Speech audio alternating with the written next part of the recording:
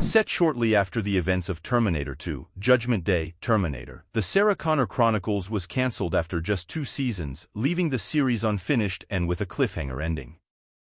While it's not entirely clear what was going to happen next in Terminator, TSCC, the science fiction drama show teased a few possibilities in what became its series finale.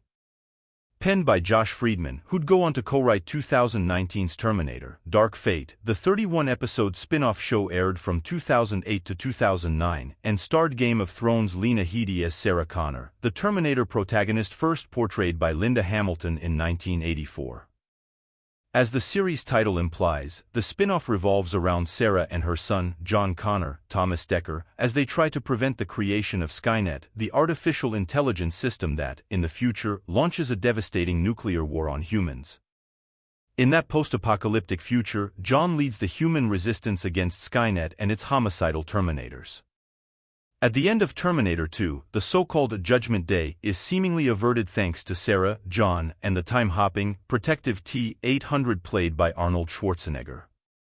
In Sarah Connor Chronicles, which unfolds after T2's timeline, the mother-son duo learn that they only delayed Skynet's creation. John Connor is no longer the resistance leader. John travels to the future and a new timeline. John Connor, Thomas Dekker, in the Sarah Connor Chronicles. At the end of Terminator, the Sarah Connor Chronicles Season 2, teenager John Connor discovers that his looming future has, in fact, changed. However, his dark fate hasn't shifted in the way he and his mother, Sarah, hoped. In the alternate timeline that is Terminator, TSCC's future, John is no longer the resistance leader. Unfortunately, Judgment Day happens and humanity is still at war with Skynet's Terminators. Hoping to reactivate Cameron, John Connor travels to the future to track down John Henry, Garrett Dillahunt, an AI that inhabits the T-888 Cromartie's body. In the future, John encounters alternate versions of his comrades who don't know him. Evidently, John Connor's absence in the past has impacted his future to a remarkable degree. Not only is he no longer the future's resistance leader, but he isn't even a footnote in the new timeline. According to Dekker, the cancelled 3rd season of the Sarah Connor Chronicles would have depicted John Connor's rise in the Season 2 finale's alternate future.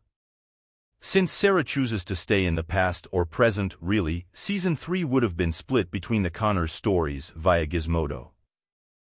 Based on what Dekker teased, John Connor would likely become the future's post-Judgment Day resistance leader, albeit in a completely new way. Sarah Connor stays in the present to thwart Skynet. FBI agent Aldridge finally believes the Connors' story. Lena Headey as Sarah Connor holds a gun in the Sarah Connor Chronicles. When John Connor decides to follow John Henry into the future in order to reclaim Cameron's CPU and reactivate his Terminator bodyguard, Sarah stays behind. John tells his mother that he loves her, a meaningful moment considering the mother-son duo's many ups and downs. Before Sarah makes her decision to remain in the present-day timeline and thwart Skynet's impending creation, she's questioned by FBI agent Aldridge, Joshua Malina, about her son.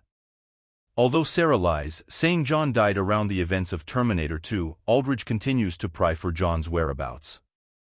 Against all odds, he seemingly believes Sarah's remarkable story. Since Terminator, the Sarah Connor Chronicles Season 3 would have split up its key protagonists, John and Sarah. The Aldridge turn makes sense. It's not clear if Aldridge really believes Sarah or if he's leaning into a disarming interrogation tactic, and viewers will probably never know. No matter the outcome, Aldridge could make a compelling ally or adversary. With Sarah needing more plots to run with in the present timeline as she attempts to stop Skynet's formation and the looming Judgment Day, the introduction of a recurring FBI agent could have added an interesting dimension to the narrative. Cameron is deactivated after a run-in with John Henry.